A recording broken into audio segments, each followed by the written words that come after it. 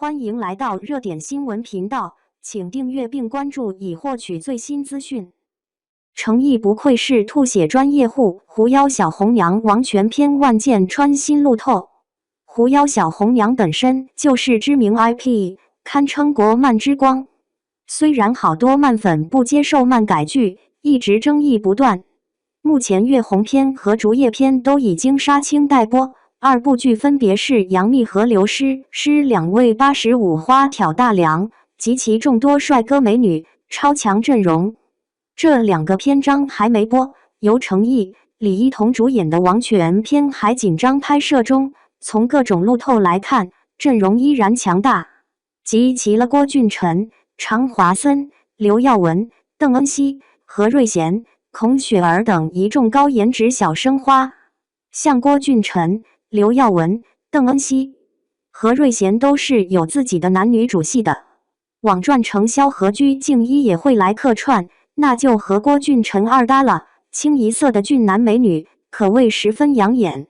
男女主是由这几年上升势头正猛的流量小生花程毅和李一桐主演，自然备受关注。两位的服装造型路透也是最多的。程毅扮演王权富贵，是王权霸业和东方怀竹的儿子，实力为王权世家最强者。服装多以黑白色系为主，也有批发淡蓝色轻薄款，有种金贵之感。打戏也很流畅，一秉王权举重若轻，一身浩然正气长存。最新流露出来程毅公主抱李一桐的路透，引发全网热议。程毅表情肃穆，战损妆，素衣染血，破碎感满分，虐心宿命感狠狠 get 了。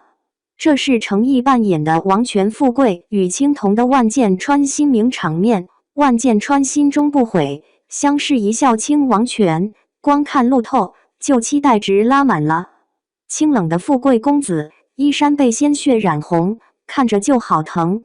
有网友评论，程毅好惨，一男的，这还能救活吗？身为男主，自然是能救活的，不过看着确实很惨。程毅简直就是给人一种不虐不揭的感觉，基本演古装，不是在吐血，就是在吐血路上，所以也有着吐血专业户的称号。让程毅大火的仙侠剧《琉璃》，饰演的雨丝凤吐血次数多的真的让人震惊。有网友统计他竟然吐血超过70次，这可不是在开吐血派对，当时还在说他是史上血最后的男主，在扮演一个史上最惨的男主。每次吐血的时候，他眉目间透露出的那份痛苦和无奈，简直戳中每个观众的心。从那以后，程毅扛起了吐血领域的 KPI， 基本古装剧都离不了吐血了。沉香如屑有不少衣服和脸沾满血浆的战损妆造型。拍摄花絮被曝光，程毅因入戏太深，还被血浆呛到，当时引发了不小的热议。莲花楼吐血戏份也相当多，李莲花中了碧茶之毒，整个人都很虚弱，每一次用扬州慢救人，每一次毒发都会吐血。武功全废的尤一李莲花，有多场重伤吐血的戏。李莲花一吐血，观众立马心疼了，不愧是内娱吐血王。没想到仙偶剧也没摆脱美强惨的吐血人设，南风知我意出车祸断腿残废，脸色苍白，眼中蓄泪，破碎感绝了，给人一种身体不好的即视感。